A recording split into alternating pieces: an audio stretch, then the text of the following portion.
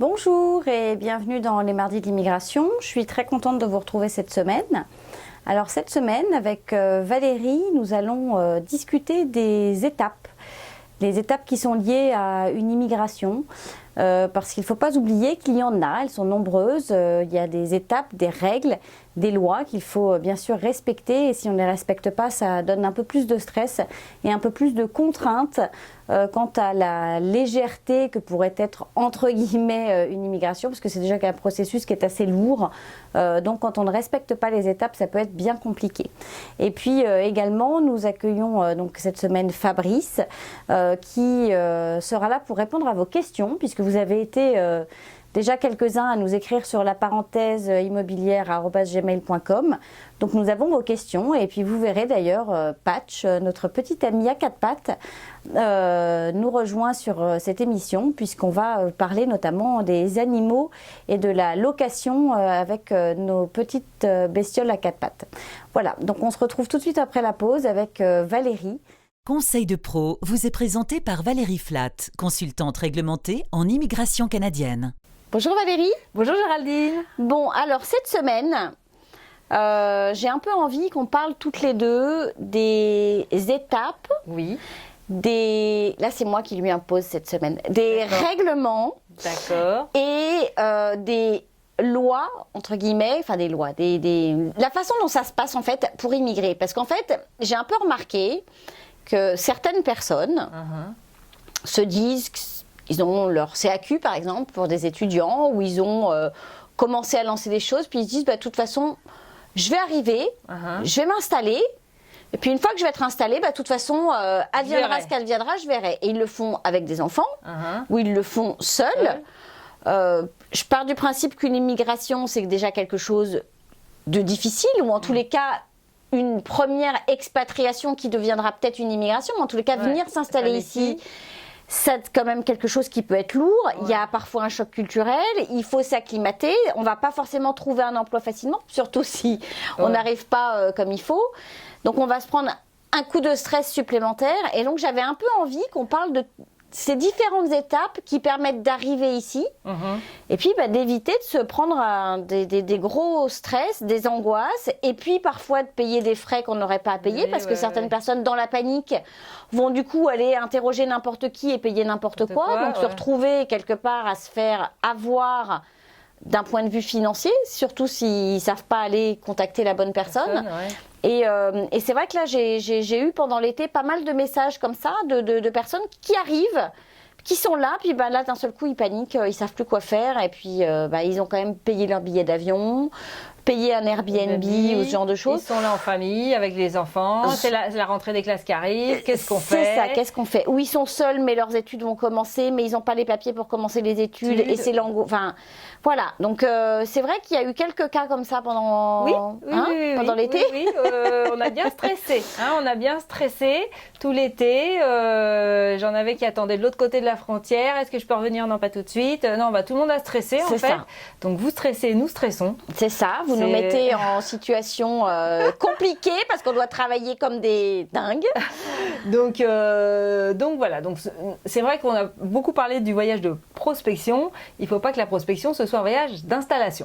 Voilà, ne pas confondre. On prospecte mais on ne s'installe pas tout de suite. C'est ça. Donc, et ce voyage est vraiment important. Oui, il est important. Et le voyage de prospection, c'est vraiment un voyage d'études. C'est pas je viens pour voir, tiens, j'achète tout de suite une maison, tiens, c'est dans cette... c'est dans cette école que j'aimerais bien aller, peut-être, ok, très bien, visiter l'école et demander les renseignements pour l'inscription. Mais vous dites pas, je suis là, je reste et puis... et je repars pas, puis je vais avoir... C'est ça. J'avoue qu'on a réussi à trouver des solutions, mais ça a été très, très pénible. Enfin, très pénible pour tout le monde. C'est-à-dire qu'il y en a qui se sont retrouvés avec vraiment les fesses entre deux chaises, quoi. Et puis, vous voyez que les chaises s'écartaient de plus en plus et ils étaient prêts à tomber, là. Donc, ce sont vraiment pas des situations faciles à vivre, surtout si on est en famille avec des enfants qui, eux, se disent, mon Dieu, dans quelle école je vais aller et peut-être que je suis pas admissible pour faire la rentrée. Surtout qu'ils entendent vos discussions, ils sentent votre stress. Je veux dire, vous leur faites pas commencer une nouvelle vie au Canada ou au Québec dans un confort absolu. Je veux dire, pour eux aussi, ça va être un choc culturel. L'école, je veux dire, la langue. Je veux dire, faut pas omettre que dans certaines régions du Québec dans lesquelles vous allez vous installer, je veux dire, l'école, ça va pas être l'école française à laquelle ils sont habitués. La garderie d'enfants, ça va pas être la garderie d'enfants à laquelle ils sont habitués. Il va y avoir des changements. Donc, je veux dire, vos enfants, vous les mettez déjà dans une situation. Donc, oui, ils vous suivent, vous êtes heureux, vous êtes contents. Sauf que si à un moment donné, ils vous sentent en panique et ils vous sentent angoissés, ils vous sentent stressés, ils vont le ressentir aussi. Et je veux dire, moi, j'ai quand même regardez les émissions qui sont passées, il y a quand même une des interviewées qui a parlé de son fils, qui a vécu une situation très compliquée, qui a vraiment été malheureux. Et je veux dire, des histoires comme ça, il y en a. Donc, si on peut passer par les étapes, suivre le chemin, on va dire. C'est ça, faire ses devoirs. Faire ses devoirs, voilà. Faisons les choses comme il se doit, comme il faut les faire. C'est-à-dire, première visite, très bien, visite de prospection. Et il y en a beaucoup parmi vous qui l'année dernière sont venus me voir une première fois. On a discuté de votre projet, c'est très bien, parlons du projet.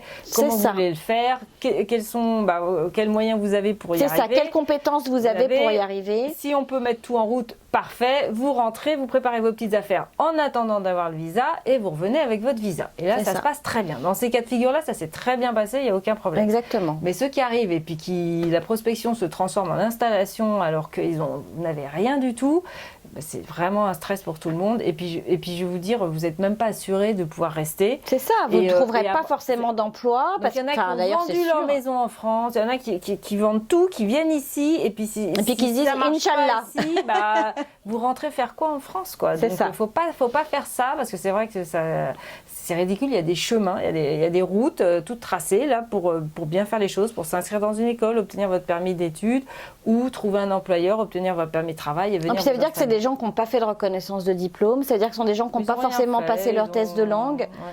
Voilà, donc il y a quand même des choses. Ça, on n'est pas obligé de les faire non plus, quoi. Il y a des. Non, mais ça peut peut-être aider dans un processus. C'est sûr que travaillez votre projet, ne faites pas les choses comme ça sur un coup de foudre ou un petit coup de folie. C'est ça. Essayez d'y penser et de prévoir. Surtout, si vous êtes jeune et tout seul, je dirais qu'il y a moins de risques, même moins si. De risques. Mais si vous êtes en famille, non, s'il vous plaît, ne faites plus ça. Ne faites plus ça.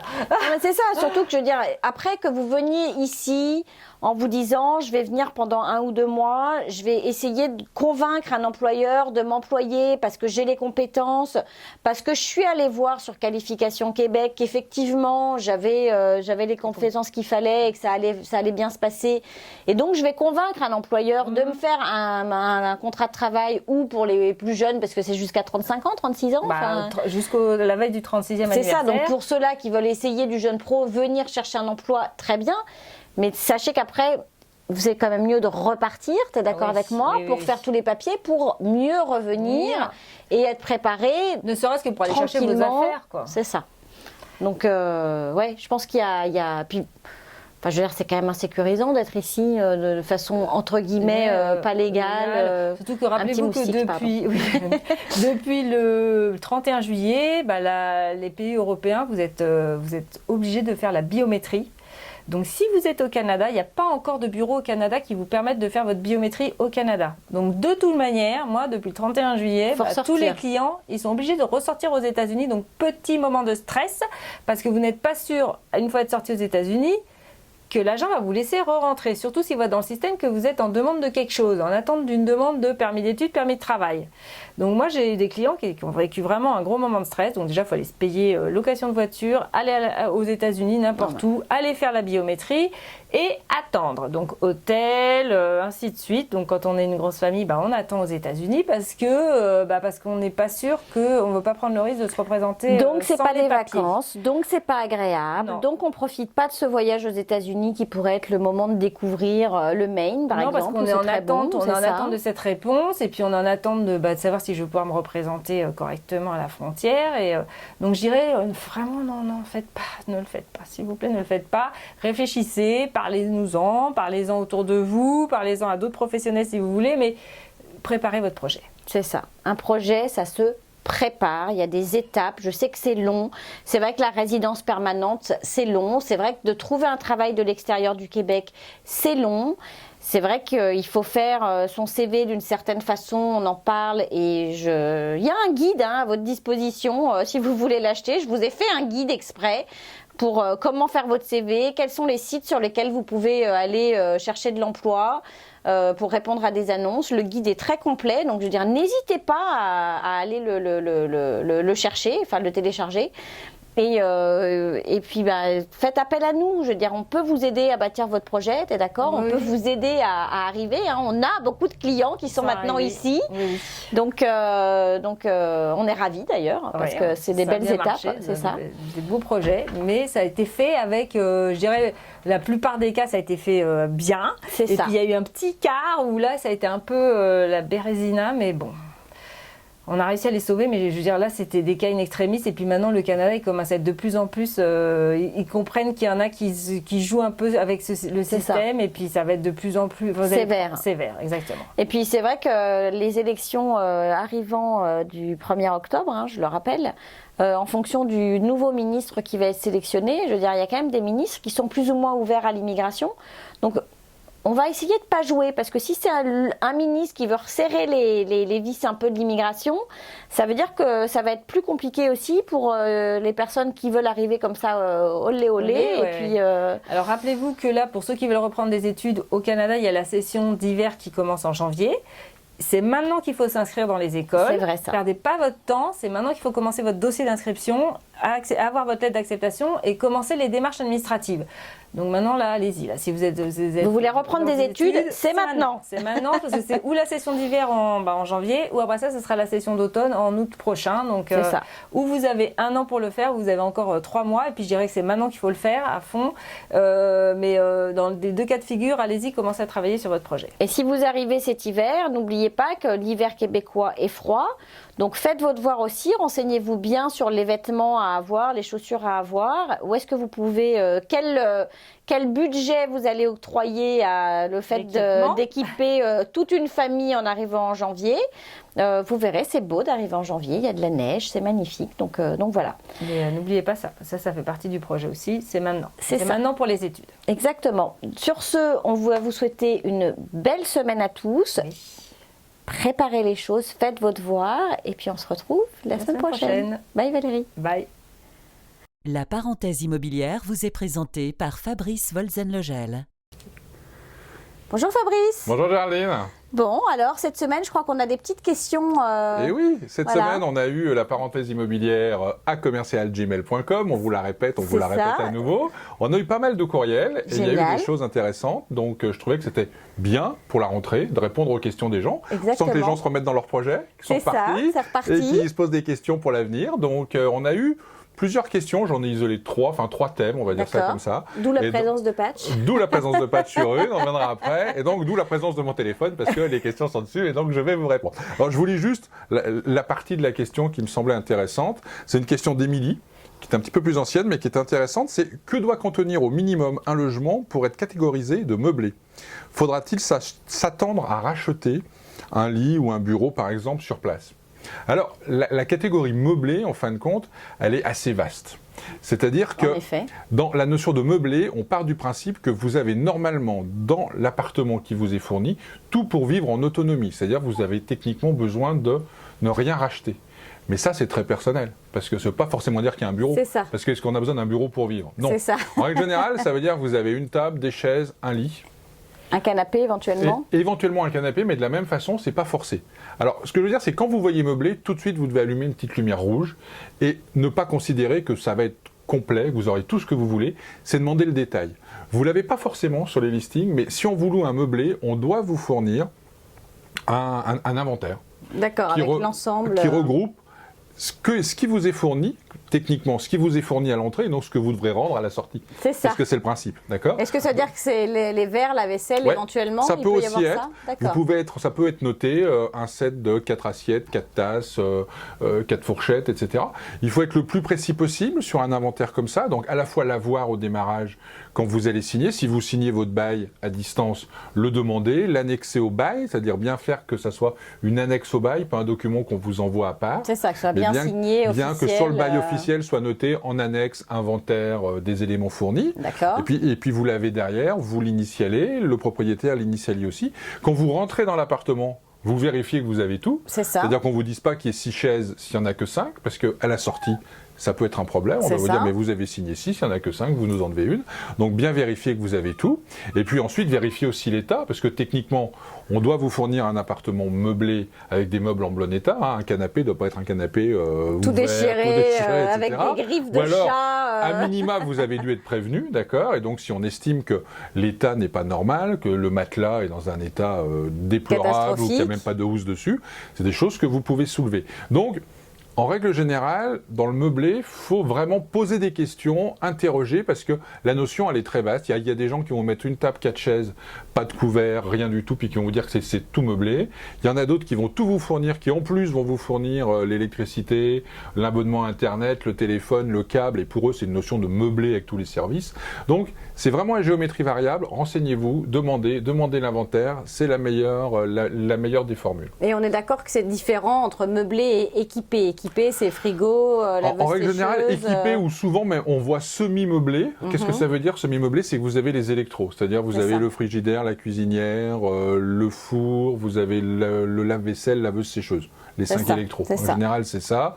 De temps en temps, un micro-ondes ou des choses comme ça, mais c'est ça. Mais là aussi, ce qui prime, c'est 2 choses. C'est le fait que vous ayez l'information au départ et qu'elle soit précise, et surtout que ça soit consigné dans votre promesse de location ou dans votre bail ou dans les deux si vous faites les deux. C'est très important. Il n'y a que ça qui fera foi.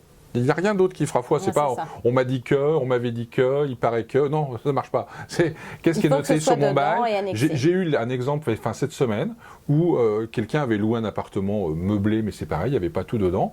Et le propriétaire n'avait pas pensé à récupérer sa télé. Enfin, le fils du propriétaire n'avait pas pensé à récupérer sa télé.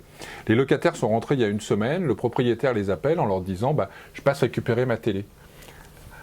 Alors que, quand ils sont rentrés, ils ont vu la télé, ils se sont dit, la télé est fournie, la télé est fournie. Non, parce qu'au bail et dans la promesse de location, on n'avait pas prévu de télé. Voilà. Donc, c'est important c'est ce qui est marqué dans votre bail qui fait foi. Voilà. Donc, pensez-y. Alors, Deuxième question. Donc, si on passait à celle qui pourrait concerner le patch qu'on a marre, qui n'est pas trop écran... D'accord, pas trop écran patch. Alors, on va poser la question. Donc, la question vient de Saïda. Qui nous remercie de cette superbe émission. Merci Saïda de tes encouragements. Et qui globalement nous explique qu'elle va venir ici d'ici 2 ans en résidence permanente. D'accord. Et qu'elle a 7 poilus. 7 poilus. Donc 7 poilus, c'est-à-dire qu'elle a 5 chats et 2 chiens. D'accord. Et elle me dit, en ce qui concerne l'acceptation des animaux dans un logement, ils ont contacté la MACPAC, on va en discuter après, pardon. Est-il possible combien est-il possible de détenir d'animaux dans un logement et comment globalement ça se passe avec ces animaux-là? Voilà. Alors on va libérer Patch rapidement. Alors on va expliquer déjà que l'une des règles absolues, c'est que vous ayez un ou plusieurs animaux dans votre logement et que vous êtes appelé à faire sortir de votre maison, il faut le déclarer à la municipalité, à la ville. La municipalité, en général, vous prend une petite dîme. Entre 30 et 50 $, 60 peut-être. Voilà, ça dépend les endroits. Et vous fournit une médaille. Voilà, la petite médaille. Une médaille, pardon, c'est mon téléphone, désolé. Et vous fournit une médaille donc, qui vous prouve que votre chien est en règle. Voilà. Est en règle complète. Et donc, si vous vous faites arrêter, vous n'avez pas d'amende. Voilà. Et si le chien se promène dans la rue et qu'il le voit, etc., il voit qu'il est là, votre chien est en règle. Et en plus, ça permet de l'identifier, ce qui n'est pas plus mal. Et après, il a même la médaille de la rage. Voilà. Donc, après, quand il va chez le vétérinaire, il a la médaille de la rage qui permet à la fois de s'assurer qu'il est vacciné et aussi de l'identifier s'il se perd, puisque avec le numéro, on arrive à le retracer. Bon. Donc, pour revenir à la question sur les animaux, il y a plusieurs choses. Il y a la loi et la règle qui dit que vous avez le droit à un certain nombre d'animaux. Mais ce qu'il faut savoir, ça c'est la règle du Québec, mais c'est que chaque municipalité fait ce qu'elle veut. C'est ça. C'est-à-dire que quand vous arrivez avec des animaux, et notamment des animaux en nombre comme ça, faut vous renseigner si dans la municipalité que vous visez, vous avez le droit de venir et de détenir 7 animaux dans votre maison, 8, 10, 12 animaux dans votre maison. Ça c'est la première des choses. Alors alors, il y a t'as raison, la règle, il faut quand même, quand on arrive au Québec, il faut quand même essayer de la respecter. C'est mieux. Maintenant, si certains des animaux ne sont pas amenés à sortir du tout, mais là on est vraiment sur du pas sortir du tout, hein, c'est pas côté latin un petit peu que l'été, etc. C'est pas sortir. Mon chat ne sort jamais, mais il est toujours sur le balcon et chez le voisin, mais il ne sort jamais. C'est ça. Donc si vraiment on est garanti qu'ils sortent pas du tout, bon, ça peut passer, qu'on n'en parle pas trop, ça peut passer. Mais c'est vrai qu'on est quand même tenu de déclarer tous les animaux. On est déclaré tous les animaux qui sont appelés à sortir, etc. Chiens, chats, etc. Il faut le déclarer. Donc la première règle, c'est les déclarer. La deuxième règle, c'est que chaque municipalité va vous dire le nombre d'animaux que vous avez le droit de détenir.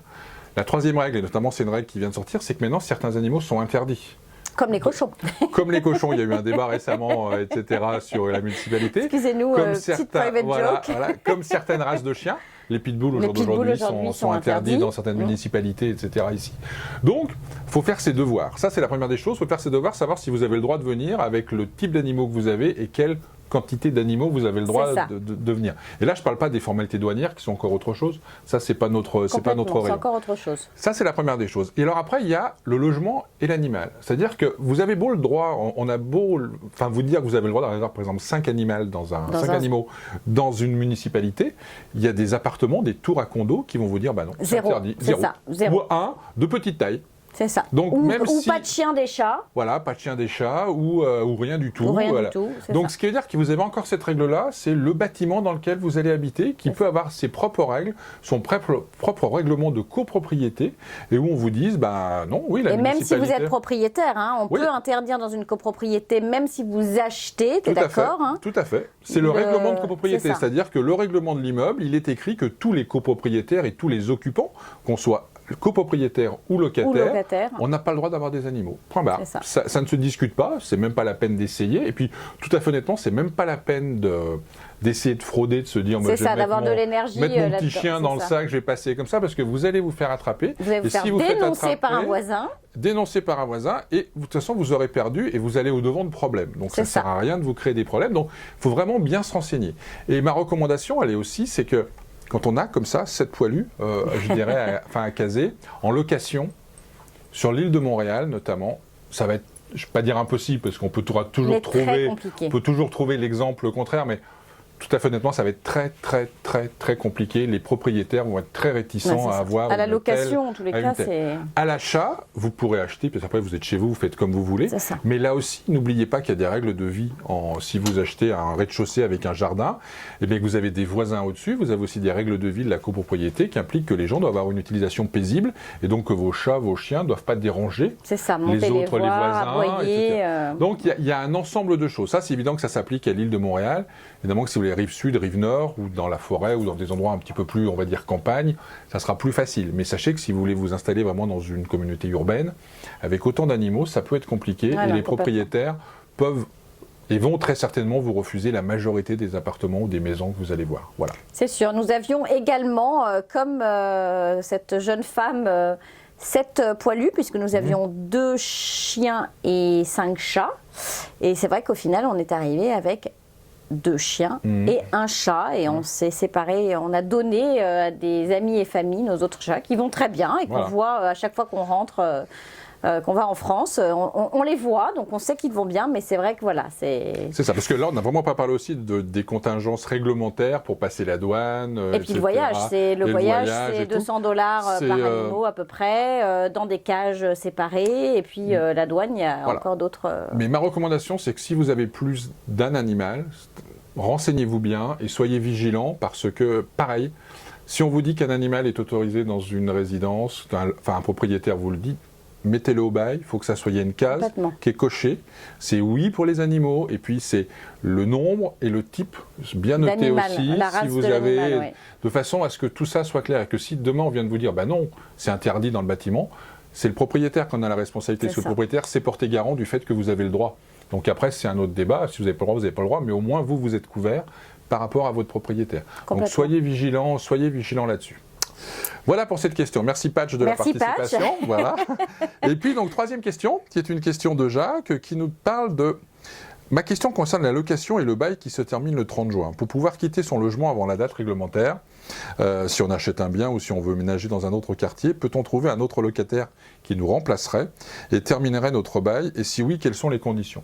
Donc là, on revient à un terme qu'on a déjà abordé, mais qui est complètement d'actualité, qui est la sous-location. La sous-location, La c'est fameuse ça. sous-location dont on entend très souvent parler en disant ici, c'est vrai que vous savez que quand vous avez signé un bail, vous êtes sur la durée de votre engagement. Si vous avez signé du 1er juillet au 30 juin, C'est vous un êtes an. redevable et vous ne pouvez pas sortir, vous n'avez pas de moyen de sortir. Et on est Sinon, d'accord qu'on doit la totalité. du loyer jusqu'à la date de sortie que vous C'est en ça. êtes responsable. Alors on vous dit souvent, comme là on l'évoque, oui mais tu peux sous-louer. Oui c'est vrai que vous pouvez sous-louer, c'est un droit, c'est marqué dans votre bail, Mais etc. quelles sont les Mais- conditions? Alors, il y a deux types de sous-location, entre C'est guillemets, ça. je dirais, enfin, de remplacement de sous-location. Il y a la sous-location pure où vous trouvez quelqu'un qui vous remplace, vous sous-louez à cette personne vous paye et vous continuez à payer le propriétaire. Dois-je Mais- avoir l'accord du Alors, propriétaire? il faut avoir l'accord du propriétaire qui peut refuser, etc. D'accord. Enfin, qui peut refuser. Il ne peut pas vraiment refuser, mais il peut émettre des doutes ou des choses comme ça. D'accord. Mais surtout, c'est le plus important de l'histoire, c'est que c'est vous qui restez responsable du D'accord. paiement des loyers, c'est vous qui restez responsable de l'état de l'appartement dans lequel vous allez le rendre à la fin. Donc autant vous dire que les sous-locataires que vous installez, vous avez intérêt à être plutôt sûr d'eux, à bien les connaître, parce que si vous ravagez l'appartement, c'est vous qui à la C'est vous sortie, qui allez- quand vous allez c'est rendre ça. les clés, le propriétaire va dire mais vous avez sous-loué, c'est votre problème, moi c'était vous le responsable. Donc au jour d'aujourd'hui, la machine ne marche plus, un mur a été Abîmé, vandalisé, percé, une fenêtre est cassée, ben voilà, ça vous coûte 100, et puis vous pourrez rien dire, vous pourrez vous retourner contre votre sous-locataire, C'est ça, mais- donc ça c'est la première voie, c'est la voie, c'est vrai qu'on peut le faire, qu'on peut faire, que moi je ne recommande pas. Ce que je recommande, c'est que on trouve quelqu'un qui nous remplace, on négocie avec le propriétaire l'arrêt de notre bail, c'est-à-dire d'un seul coup notre bail s'arrête, et le nouveau locataire enchaîne avec un nouveau bail C'est ça, directement c'est comme un avec, transfert de bail, voilà, entre guillemets. directement avec le propriétaire. Comme ça, c'est le nouveau locataire qui est responsable avec le propriétaire. Ouais, ça, et le c'est- propriétaire, ça le rassure aussi parce qu'il connaît, il peut faire son C'est choix, ça. il est rassuré. Et puis quelque part, vous, c'est aussi un argument parce que vous dites, écoutez, la personne vient prendre cet appartement pour 6 mois, il y a de grandes chances qu'elle reste une année de plus. Bien Donc sûr. pour le propriétaire, ça veut dire qu'il a loué son appartement pour une plus longue période. Donc franchement, soyez vigilants avec la sous-location parce qu'on a déjà entendu des histoires qui ne sont pas très sympathiques. C'est ça. Et Il y en que- a qui se permettent de ne pas être forcément très clean parce qu'ils n'ont pas la responsabilité. Ils n'ont donc, pas la responsabilité. Les 2 derniers mois, ils oublient de vous les payer. Donc vous vous retrouvez, etc. Ils partent un petit peu comme ça. Pour peu que vous ayez laissé 1 ou 2 affaires, ils peuvent aussi partir avec 1 ou 2 affaires. Donc vous vous retrouvez quand même dans une situation où au final, on va vous dire, écoutez, vous avez sous-loué, mais c'est votre responsabilité. Moi, je veux rien savoir. C'est ça. Donc soyez vigilants, posez-vous les questions. Surtout, faites les choses dans les règles de l'art. Promesse de location écrite, bail écrit, signé. Faites pas les choses. Faites-vous payer par chèque. Ayez toutes les preuves Notez que c'est la une machine vraie- fonctionne. Voilà. Et ayez toutes les preuves que c'est une vraie sous-location, C'est ça. etc. Faites pas les choses parce que, je veux pas être de mauvais augure, mais le jour où il y a un problème, c'est vraiment tout pour vous. C'est ça. C'est-à-dire on part du principe que tout peut bien se passer, qu'on est un peu ici au Québec dans le monde des bisounours parce que tout le monde est sympa, respectueux, Ouais. gentil, etc. Sauf que le jour où vous avez un problème, et je veux dire, les Nord-Américains se protègent eux. Ouais, je veux dire, il y a tout à toujours fait. des protections, on vous fait signer des décharges, on vous fait signer des documents. Donc pensez Nord-Américains, faites pareil, protégez-vous parce que quand ça. vous avez un problème, ça va très vite. Et je veux dire, La location, c'est pour se protéger, ou la sous-location, c'est très simple. C'est une promesse de location ou de sous-location signée qui prouve que la personne vous a fait cette promesse et que vous étiez d'accord, et un bail signé en bonne et due forme. C'est Là, ça. vous avez des documents. Faites pas un truc, on est dans un bar, on se serre la T'es main, mon on est copain, d'accord, merci. j'ai confiance en toi. Parce que 6 mois après, la confiance, elle a pu s'éroder, il y a pu y avoir des problèmes, puis là, vous n'avez aucun écrit qui prouve quoi que ce soit. Donc, faites les choses dans les règles de l'art, vous verrez, vous serez beaucoup plus serein pour la c'est suite. ça. On ne veut pas vous faire peur parce Non. qu'on est très heureux au Québec, mais Mais faites les choses bien, voilà. C'est ça. Voilà, donc, et puis alors surtout, on a eu ces Continuez. questions. Continuez à nous envoyer C'est des questions, ça. parce que nous, on adore, déjà parce que vous nous dites qu'on est super bien, qu'on fait super bien l'émission et tout. Donc on adore ça. Et puis parce que c'est intéressant d'être interactif et de répondre comme ça aux Exactement, questions. c'est Donc super. on répète, la parenthèse immobilière, @gmail.com. gmail.com. Et on attend vos commentaires. Génial. Allez, à la semaine prochaine. À la semaine prochaine, au revoir. Au revoir.